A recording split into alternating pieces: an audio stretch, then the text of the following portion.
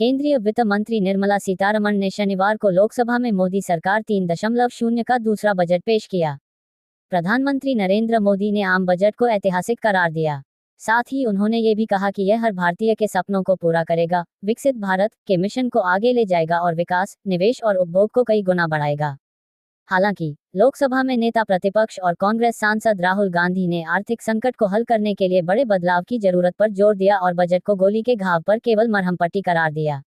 आम बजट पेश होने के बाद से ही लोगों के जहन में कई सवाल उठ रहे हैं।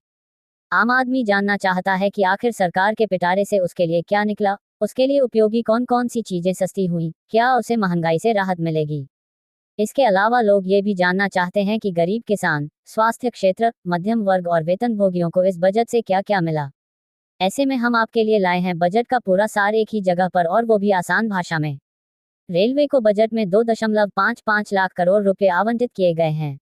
इनमें राजस्व में 3,445 करोड़ रुपए और कैपिटल एक्सपेंडिचर में 2,52,000 करोड़ रुपए खर्च किए जाएंगे। इस तरह रेलवे बजट में कुल 2,55,445 करोड़ रुपए का प्रावधान किया है। केंद्रीय वित्त मंत्री निर्मला सीतारमण ने वर्ष 2025-26 के लिए बजट पेश कर दिया है। इस आम बजट में वित्त मंत्री ने अपने बजट में एक बार भी भारतीय रेलवे का जिक्र तक नहीं किया है।